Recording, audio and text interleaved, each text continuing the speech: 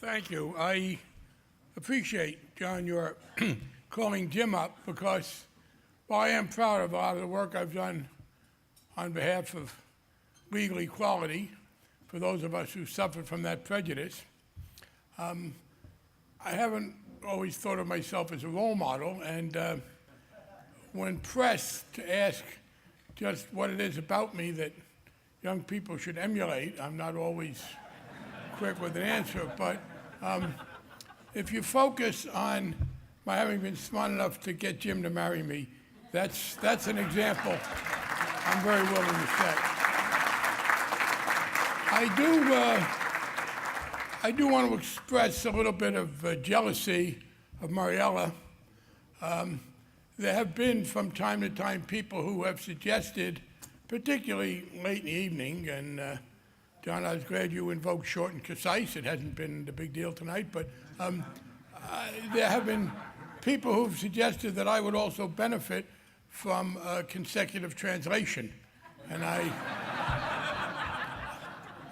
don't know if Jesus speaks Bayonne, Boston too fast, so I'll have to let him off that hook. And the poor guy's now trying to explain this to Mariella. I also was struck with Malcolm's history, and in particular, I have to say, Malcolm, you caught me thinking when you said in '98 that you had to take on this religious question because the opposition to our being treated fairly had framed this as religion versus debauchery. And you were right. That was not a healthy debate to have had. We might well have won it, I got to say this. If we put it to a vote, I'm not sure that we wouldn't have done okay. But it was probably better to not allow them to frame it in those terms. I am going to now speak very briefly. I am deeply honored by this. We have heard a lot of very inspiring things in these speeches. I just have one piece of advice. And some of us have been fighting this for a while. You know, you go through phases in a movement. One of the things that bothers me is when people say, oh, I'm an idealist and you're a pragmatist and that's why we differ. If you care about ideals, if you have a set of principles to which you are committed, you are morally obligated to be pragmatic about them because no unrealized ideal ever did anybody any good. Ideals that you don't implement make you feel superior, but they don't end prejudice, they don't feed hungry children, they don't clean up rivers. We've got to be pragmatic. So you have to do things in context. And there was a time, for those of us who are older, when we had to kind of, frankly, accept tolerance. We had to accept as a victory people who were not very enlightened about the basic principles of equality, but at least were willing to be supportive of a legal framework. And we've moved, and we've moved, and we've moved. And Malcolm is right. The key to this success has been that more and more of us have stopped hiding. And I was struck when Jason Collins recently took that step and read again a couple of people saying, well, and Jason said it himself, people would say, well, you know, it's okay for you to be gay. Well, thank you. That's nice of you to say that. But what do you have to make a big deal about it? Like the guy who was on the film clip there from Mariella. And one of the things I want to refute is this notion that there's something obsessive about our discussions of our sexuality. Let's be very clear. We do not discuss our sexuality any more than straight people do. We care. The difference is when we discuss our sexuality in an honest way, it's called coming out. When they do it, it's called talking.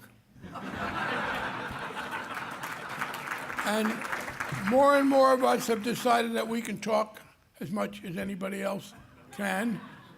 And that's the secret of our success. It is reassuring to know in this country, and I think in many other places, we were the victims of a prejudice that thrived on literally ignorance because we successfully hid who we were decades ago. And so a series of inaccurate stereotypes and vicious caricatures prevailed. And then we decided more and more we weren't going to be the conspirators in our own persecution, and we would speak out. And the good news is reality has kicked prejudice's ass. And that's why we are where we are. So I close with this. We are no longer at the point where we need, for pragmatic reasons, to make allowances for other people's prejudice. And we talked about politics, and I appreciate your quoting that vote, although I do have to say it's the intricacies of the votes.